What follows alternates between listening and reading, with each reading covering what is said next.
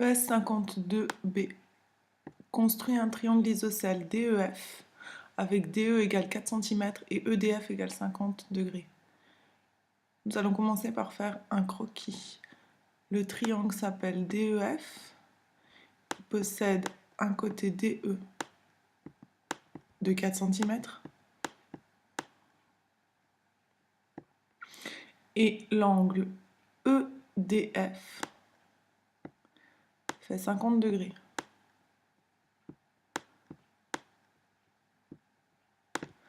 Maintenant, comme c'est un triangle isocèle, il a deux côtés isométriques. Or, j'ai ici plusieurs possibilités pour placer les côtés isométriques. Donc, il va falloir partir plusieurs fois de ce même début de croquis.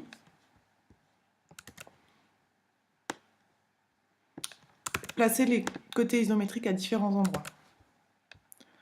Je refais le même début de croquis, deuxième fois, une troisième fois, puisque je vous ai dit qu'il y avait 3 possibilités. Maintenant, pour placer les côtés isométriques, soit je mets les deux côtés isométriques là, dans ce cas-là, ça fait aussi 4 cm ici, et F se trouvera là, ou bien je peux placer le côté isométrique ici et sur le côté manquant. Donc les 4 cm seront ici, F sera là, ou je peux placer les deux côtés isométriques ici et ici. C'est pas la mesure. Maintenant, un triangle isocèle a aussi deux angles isométriques. Les angles isométriques se trouvent à l'extrémité des côtés isométriques. Donc ici, on a les deux côtés isométriques ici qui sont adjacents, qui se touchent dans l'angle EDF de 50 degrés, ce qui signifie que les deux angles là seront isométriques. Ici, comme on a les deux côtés isométriques là et là, les angles isométriques seront les angles EFD et l'angle EDF. Donc on a deux angles à 50 degrés. Et dans ce dernier triangle, les côtés isométriques sont ici et ici. Donc les deux angles isométriques se trouvent ici et ici. J'ai oublié d'inscrire le sommet F ici. Maintenant que j'ai mes 3 croquis, je peux passer aux 3 constructions.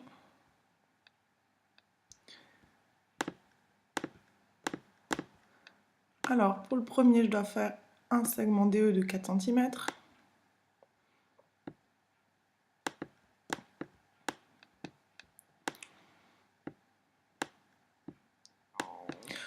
Un angle à 50 degrés. J'ai agrandi un peu mon rapporteur. Je choisis l'échelle intérieure ici.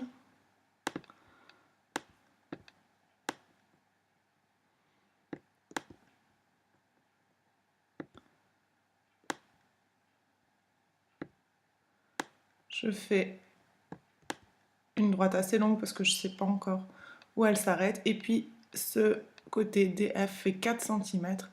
Comme la droite existe, je peux mesurer 4 cm dessus. Si la droite n'était pas tracée, je devrais obligatoirement utiliser mon compas. Donc F se trouve ici.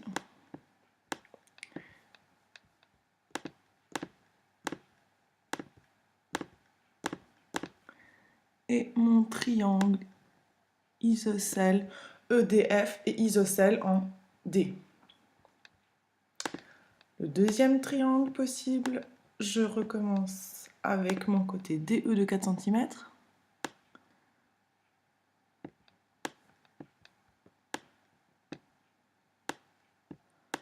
Avec mon angle EDF de 50 degrés.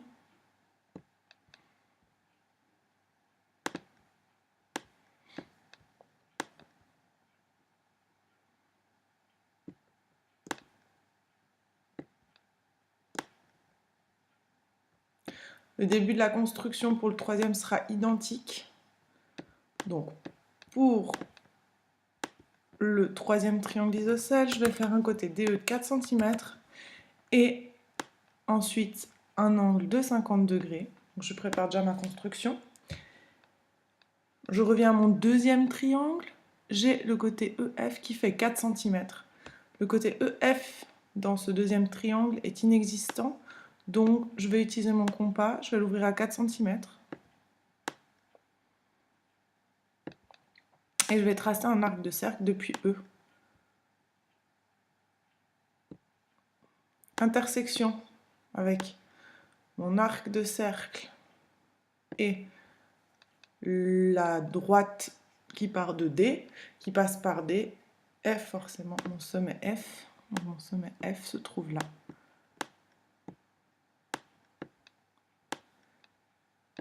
Je peux finir la construction de mon triangle isocèle EDF. Et cette fois-ci, le triangle est isocèle en E. Voilà, troisième construction, je dois faire le deuxième angle de 50 degrés qui se trouve être l'angle DEF. Donc je place mon rapporteur, je mesure 50 degrés. Ici, c'est l'échelle extérieure de mon rapporteur.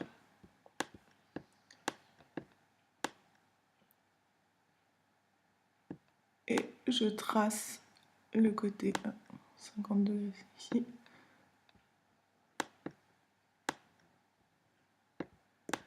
Je place mon sommet F.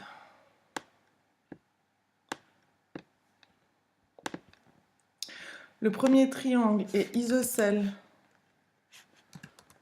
en D, car le seul angle qui a une valeur, une mesure unique est l'angle EDF. Le deuxième triangle est isocèle en E, car le seul angle qui a sa propre mesure est l'angle DEF. Les deux autres angles sont isométriques. Et le troisième triangle est isocèle en F, car c'est l'angle EFD qui a un angle, une valeur d'angle unique, FDE et FED étant isométriques.